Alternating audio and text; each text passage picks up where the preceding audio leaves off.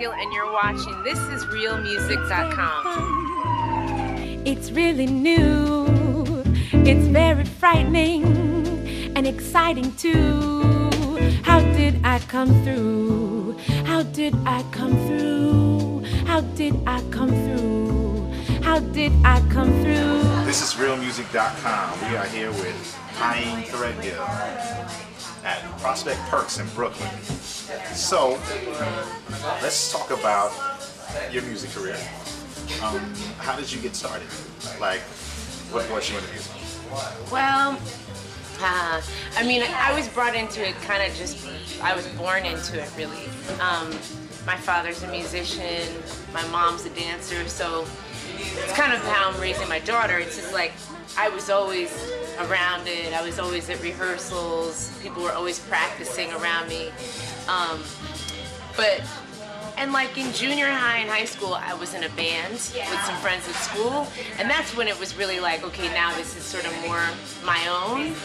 I used to write songs when I was a little kid, you know, like 4 and 5, like makeup songs, but I was kind of serious about it. Like, I mean, it wasn't just like la la la. I was like, Mom, I'm writing a song. Like, can you, like, I couldn't write, so I'd like dictate to her, and she would like write down my songs, you know, for me.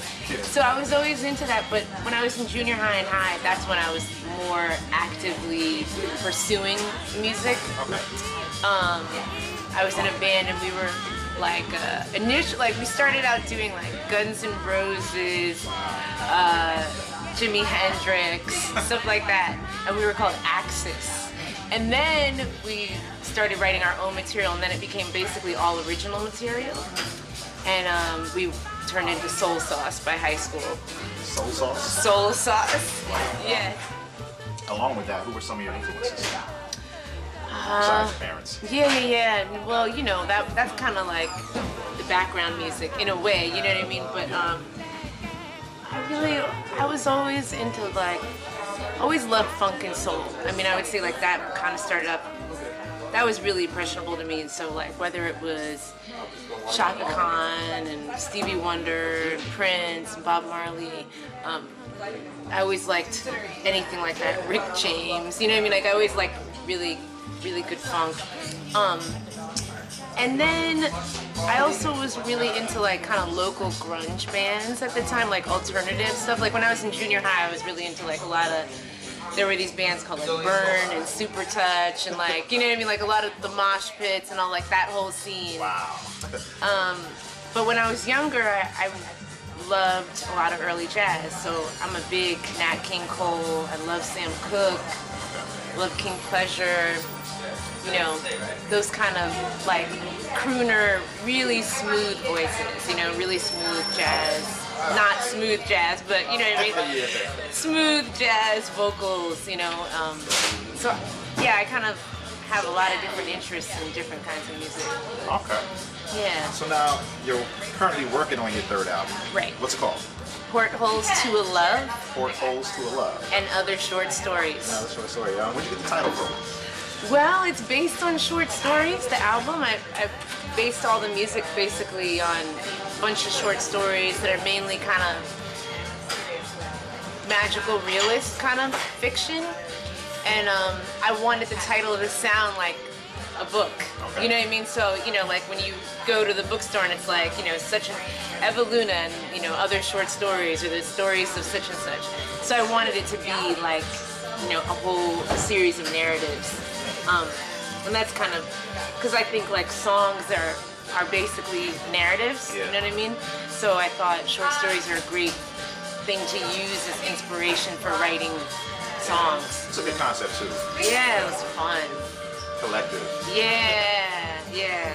So this being the third album, what's different about it than the other two? You know, gosh, that's hard. I feel like, even though like of the years like original writing, feels like I feel like I've settled into a certain kind of a sound. Like I get, for myself, I get what my sound is in a way, and it's kind of, now I'm saying it's kind of like a mix of indie and jazz. Like I wouldn't really call myself a jazz singer per se, you know, but because they're sort of, I always think it's that my music kind of sounds like electronic music that's not electronic. Okay. So it's sort of spacious and it's jazzy and there's room for improvisation, which is really important to me. But it also has this singer-songwriter aspect. And you can tell everybody I play with has studied jazz and is well versed in jazz, but all of us want to be doing something different. You know what I mean? We want to put something else. We want to make it accessible to a more popular crowd, you know, pop-oriented kind of crowd. So it's got both, you know what I mean? Yeah. Yeah. So I know the album is still in production. Yes. Do you have a favorite song? So I would say it's probably Mining for Sapphires and Propeller are my two favorite songs. What are those about? Mining for Sapphires is kind of like a two-part.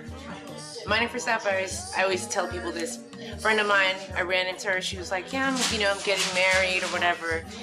And she says, I'm like, oh my gosh, that's so cool. And she said, yeah, we actually decided to pick out the stones for our own rings.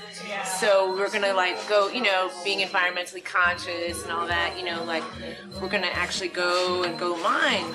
But in their plan to go mining, something happened, bad weather or whatever it is.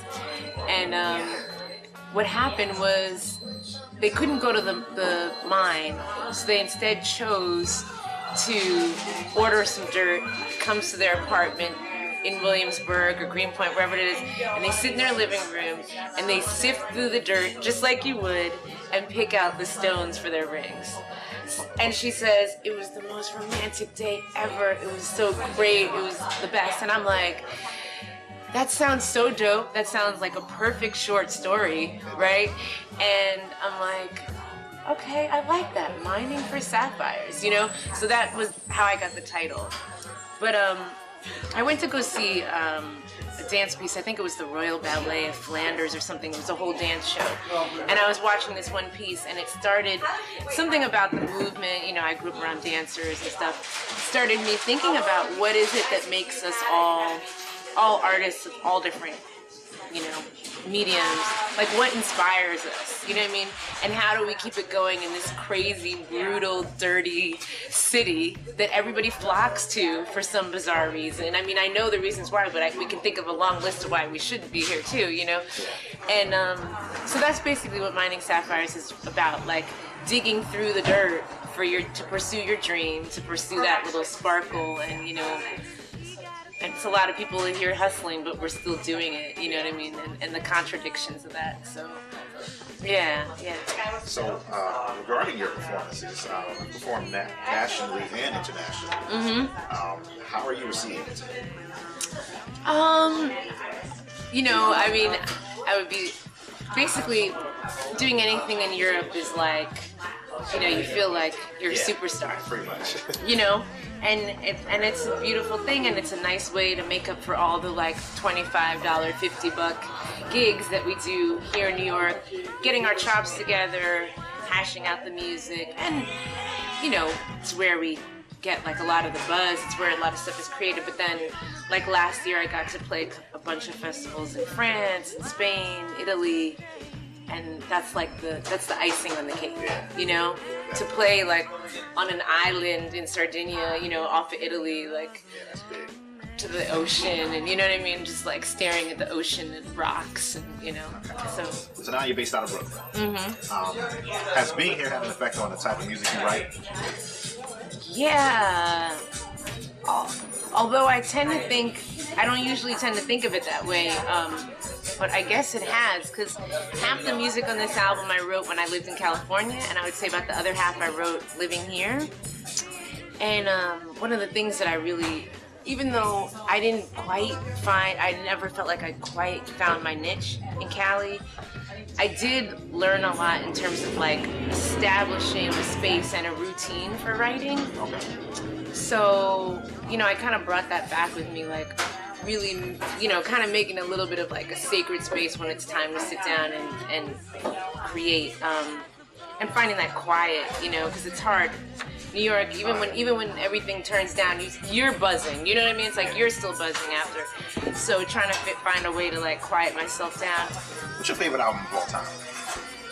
Whoa. It's hard.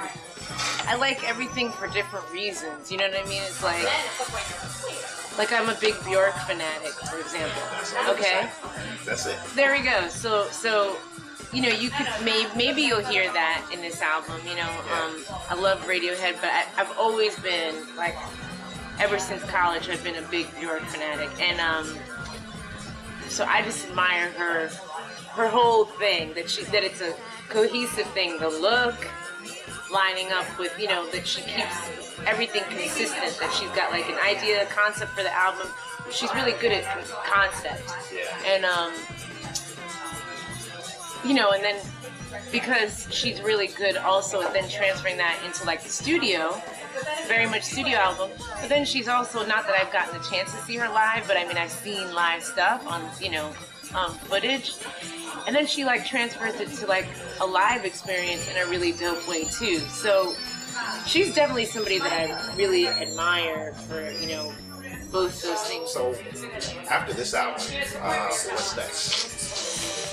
Yeah, I'm already kind of thinking about I mean, I'm starting to write for the next project. I don't know what it's called or anything like that. I'm kind of torn because there's a part of me that does want to do an album that's like taking a year to record it and trying out different recording techniques and, you know, recording at my house and this person's studio and that person's studio, doing that because I haven't done that. So I'm kind of torn between whether it'll be that whole project of just knowing that you're going to dedicate like a year and a half to writing and recording, or if I'm just going to continue and write songs the way I normally do, play them with the band, and then go into the studio and, you know what I mean, lay it down like that. Yeah, so I don't know. And there's always the consideration of a short stories part 2.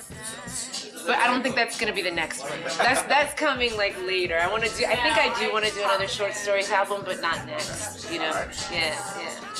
Okay. And where can people find out more about you and the album? Pyeng.com, Pyeng.com, and I'm playing Tuesday and Wednesday at the Zinc Bar. Zinc Bar, New York City. Yes. All right, you heard it here. Pyeng Threadgill. You got Porthole it. to a Love and Other Short Stories. Yes. Coming soon. When's the album going to finish? Early summer. Yep. Summer. Oh, I thought you would say next month or something. No, I know. I want to worry. tell you next month. I do, but you know. got the next, I know. Oh man, it's a long process. I get it, but that's fine. We'll definitely check it out. Yeah. You heard it here. Pyeng Threadgill, this is real music. Yeah. In this here song, unbelievable conclusions came late last night. You tell me when I'll make everything right.